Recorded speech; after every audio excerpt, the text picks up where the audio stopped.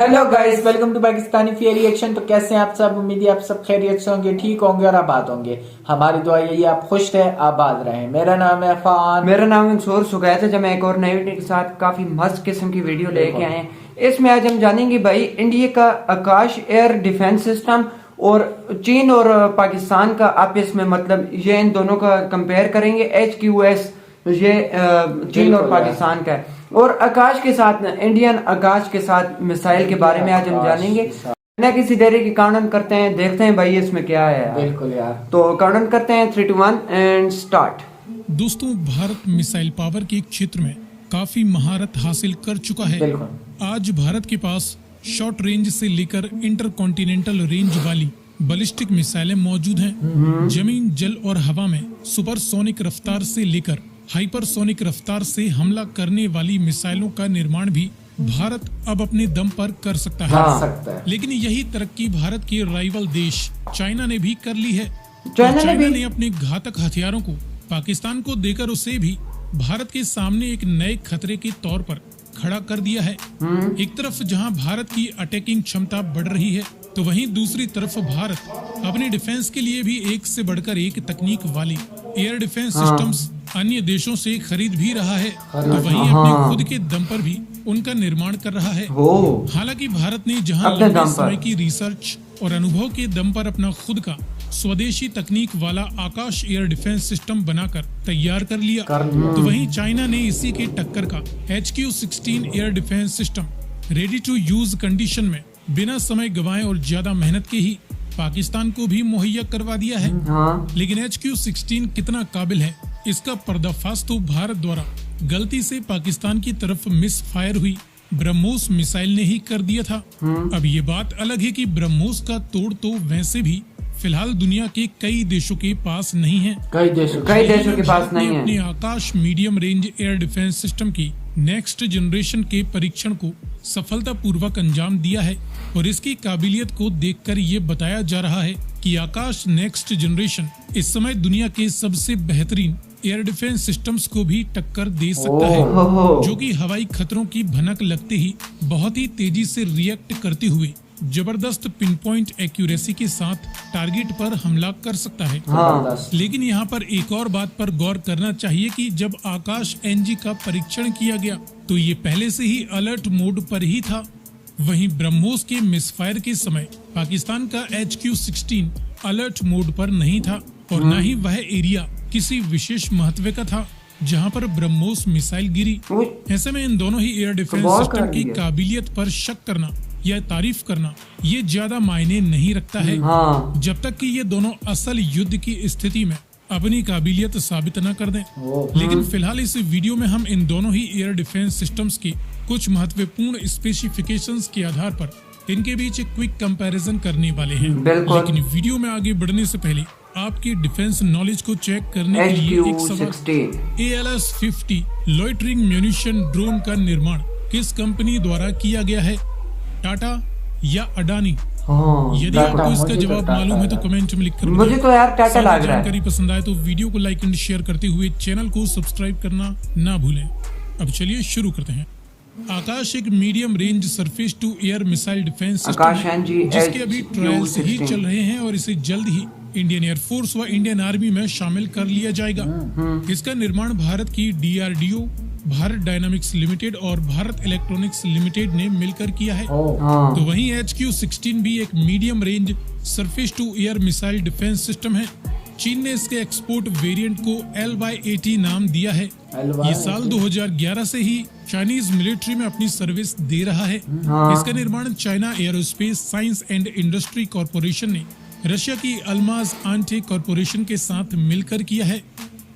इसके बाद दोनों ही मिसाइल डिफेंस सिस्टम्स के मिसाइल साइज की बात करें तो आकाश इंटरसेप्टर रॉकेट की लंबाई 5.7 मीटर है। आकाश नेक्स्ट जनरेशन का जो रॉकेट है, इसका वजन डुअल पल्स्ड सॉलिड मोटर के चलते 700 किलोग्राम से घटकर अब महज 350 किलोग्राम तक ही रह गया है, जिसके दम पर इसकी रफ्तार, मैन्यूवरेबिलिटी व रेंज ज्यादा बढ़ जाती है। इसका टोटल डायमीटर अभी भी 30 से 35 सेंटीमीटर के बीच ही है। वहीं HQ-16 की इंटरसेप्टर रॉकेट की बात करें तो इसकी लंबाई 2 मीटर है। इसका टोटल मास अभी भी 600 किलोग्राम से ये ज्यादा है। देख भाई, इसका इतना डायमीटर भी ज्यादा लगभग 30 से भारी। 34 सेंटीमीटर के बीच ही है। दोनों ही मिसाइलों की परफॉर्मेंस देखें तो आकाश एनजी मिसाइल की मैक्सिमम स्पीड 2.5 मैक से ज्यादा की है। ये अधिकतम 70 किलोमीटर से ज्यादा दूरी तक टारगेट्स को निशाना बना सकता है और 20 किलोमीटर से ज्यादा इसका मैक्सिमम एल्टीट्यूड है। HQ-16 की अधिकतम रफ्तार 3 मैक से ज्यादा की है और इसके जमीनी वेरिएंट की बात करें तो इसकी ऑपरेशनल रेंज 40 किलोमीटर से ज्यादा की है। इधर 70 इधर 40 किलोमीटर तक 30 किलोमीटर का और इधर 20 इधर 16 का 18। मैक्सिमम ऑपरेशनल एल्टीट्यूड 18 किलोमीटर की ऊंचाई तक है। दोनों ही मिसाइलों के वारहेड की बात करें तो आकाश अपने साथ 55 से 60 किलोग्राम तक का high explosive fragmentation conventional warhead या न्यूक्लियर वारहेड भी कैरी कर सकता है। डेटोनेशन की बात करें तो इसे टारगेट के करीब पहुंचकर रेडियो प्रॉक्सिमिटी फ्यूज द्वारा ही डेटोनेट किया जा सकता है। HQ-16 अपने साथ 70 किलोग्राम तक का हाई एक्सप्लोसिव फ्रेगमेंटेशन न्यूक्लियर या कन्वेंशनल वारहेड कैरी कर सकता है। ये भी टारगेट के करीब पहुंचकर रेडियो प्रॉक्सिमिटी फ्यूज के माध्यम से डेटोनेट हो जाता है। दोनों ही मिसाइलों का सबसे विशेष फीचर है इनकी गाइडेंस और पावर सिस्टम। आकाश नेक्स्ट जनरेशन को डुअल पल्स्ड सॉलिड मोटर द्वारा पावर दी जाती है। इसकी बूस्टर मोटर अलग होने के बाद इसकी सेकंड मोटर इसे टारगेट पर लगातार अटैक करने के लिए बहुत ही तेजी के साथ क्विक मैन्यूवरेबिलिटी प्रोवाइड करती है। इसकी एक बैटरी में 4 3D passive electronically scanned array radars का इस्तेमाल किया जाता है और आखिर में रेडियो फ्रीक्वेंसी सीकर इसे थ्रेट टारगेट की तरफ गाइड करता रहता है। इसके phased array Rajendra fire control radar एक साथ 8 मिसाइलों को अलग अलग टारगेट्स के लिए गाइड कर सकती है।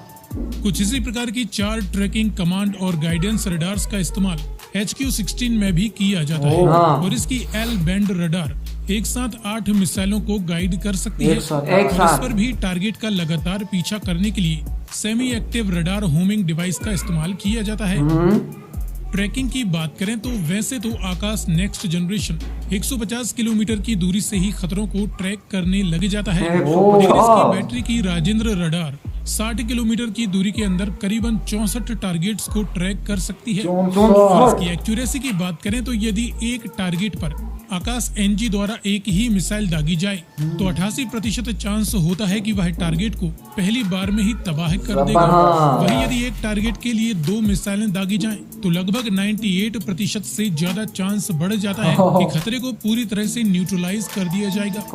HQ-16 की रडार्स भी 140 किलोमीटर के अंदर करीबन 144 टारगेट्स को ट्रैक कर सकती हैं और 80 किलोमीटर की रेंज में आने वाले हवाई खतरों पर निशाना लगाने वाली इसकी एक मिसाइल 85% की एक्यूरेसी रेट के साथ टारगेट को डिस्ट्रॉय कर सकती है।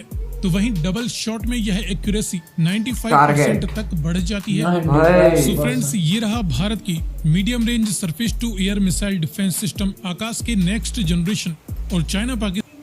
तो यार इसी के साथ ये वीडियो खत्म हुई। तो यार आकाश सबसे ऊपर जा रहा है इस टाइम पे हर चीज में यार। उसका वजन आप चेक करो कम है। जितना वजन कम हो उतना ये स्पीड पकड़ता है, स्पीड पकड़ता है और वही टारगेट कैसे फाड़ता है। टारगेट एक मिसाइल ये छोड़ते हैं 3-4 अलग हो जाते हैं। तो ये बहुत कमाल की बात है। और रेंज इसकी कितनी बताई थी 170 किलोमीटर तक ना कि मतलब उस तक ये ऑटोमेटिक खुद ब खुद ये अटैक कर सकता है। कमाल है यार। इतने प्यारे मिसाइल चाइना को इसने एक चीज में भी पीछे आगे नहीं जाने एक चीज में भी बिल्कुल यार। इंडिया हमेशा आगे ही होता है। सही बात है बिल्कुल यार। और आकाश बहुत ही बम किस्म का बनाया है यार अफान भाई। मुझे तो बहुत अच्छा लगा है इसमें। बिल्कुल यार, सही बात है। तो यार हमें बहुत ही अच्छा लगा है। आपको ये कैसा लगा कमेंट सेक्शन में जरूर बताइएगा। तो मिलते हैं नेक्स्ट वीडियो में, तब तक के लिए अपना बहुत ज्यादा ख्याल रखिएगा। तो यार बाय।